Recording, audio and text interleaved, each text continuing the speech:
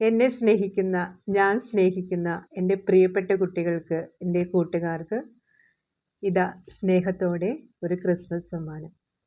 പണ്ട് പണ്ട് മനോഹരമായ ഒരു മലയോര ഗ്രാമത്തിൽ കിരൺ എന്നൊരു 9 വയസ്സുകാരൻ താമസിച്ചിരുന്നു. അവന് വലിയൊരു ആഗ്രഹമുണ്ടായിരുന്നു.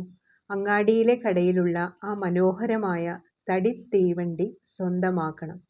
ചുവന്ന പെയിന്റടിച്ച ആ തീവണ്ടി അവനെ അത്രമാത്രം ആകർഷിച്ചിരുന്നു. തൻ്റെ സ്വപ്നത്തിലെ തീവണ്ടി വാങ്ങാനായി മാസങ്ങളോളം കിരൺ നാണയങ്ങൾ ഓരോന്നായി സ്വരുക്കൂട്ടി വെച്ചു. അവൻ്റെ ചെറിയ തുകൽ സഞ്ചി ഇപ്പോൾ നാണയങ്ങൾ കൊണ്ട് നിറഞ്ഞിരിക്കുന്നു. നാളെ ക്രിസ്മസ് ആണ്, എനിക്ക് ആ തീവണ്ടി വാങ്ങാനുള്ള പണമായി. അവൻ സന്തോഷത്തോടെ തൻ്റെ പണസഞ്ചി കുലുക്കി നോക്കി. വൈകുന്നേരം ടൗണിലേക്ക് പോകുന്ന വഴിയിൽ ഒരു ചെറിയ കുടിലിന് മുന്നിൽ മറിയാമ്മ എന്ന വൃദ്ധയെ അവൻ കണ്ടു.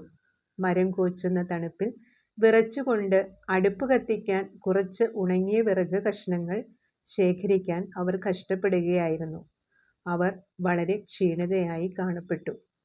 കിരൺ വേഗം ഓടിച്ചെന്ന് അവരെ സഹായിച്ചു. അവൻ വിറക് കഷ്ണങ്ങളെല്ലാം പെറുക്കി അവരുടെ വീടിനുള്ളിലേക്ക് എത്തിച്ചു. ഒത്തിരി നന്ദി മോനെ, ഈ തണുപ്പ് എനിക്ക് സഹിക്കാൻ വയ്യ, മറിയാമ്മ പതുക്കെ പറഞ്ഞു. അവരുടെ കൈകൾ തണുത്ത് വിറയ്ക്കുന്നുണ്ടായിരുന്നു. ആ വീടിനുള്ളിൽ തീരെ വെളിച്ചമുണ്ടായിരുന്നില്ല. മറിയാമ്മ ഒരു പഴയ കസേരയിൽ തളർന്നിരുന്നു. അവിടെ ഒരു ക്രിസ്മസ് നക്ഷത്രം പോലും ഉണ്ടായിരുന്നില്ല. മറിയാമ്മയ്ക്ക് പുതക്കാൻ നല്ലൊരു കമ്പിളി പോലും ഇല്ലെന്ന് കിരൺ മനസ്സിലാക്കി.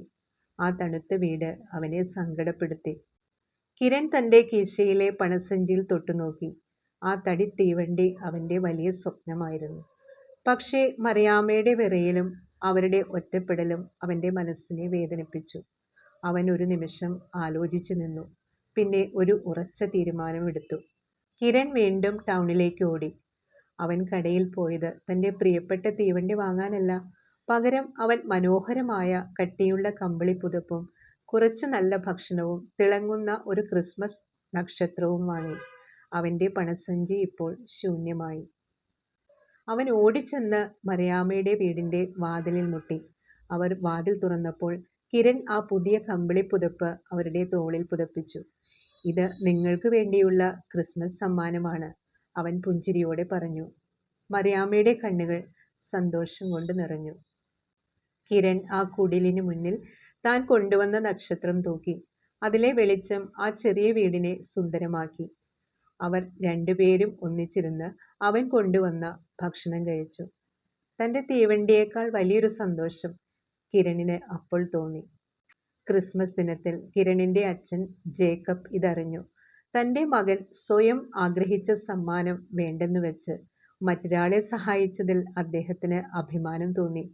മകനെ, മറ്റുള്ളവർക്ക് സന്തോഷം നൽകുന്നതാണ് ഏറ്റവും വലിയ ക്രിസ്മസ് സമ്മാനം. അച്ഛൻ അവനെ ചേർത്ത് പിടിച്ചു. ഇതാണ് ഞാൻ തരുന്ന സ്നേഹസമ്മാനം. എൻ്റെ ഒപ്പം ഉണ്ടാവുമല്ലോ. എല്ലാവർക്കും ക്രിസ്മസ് ദിനാശംസകൾ.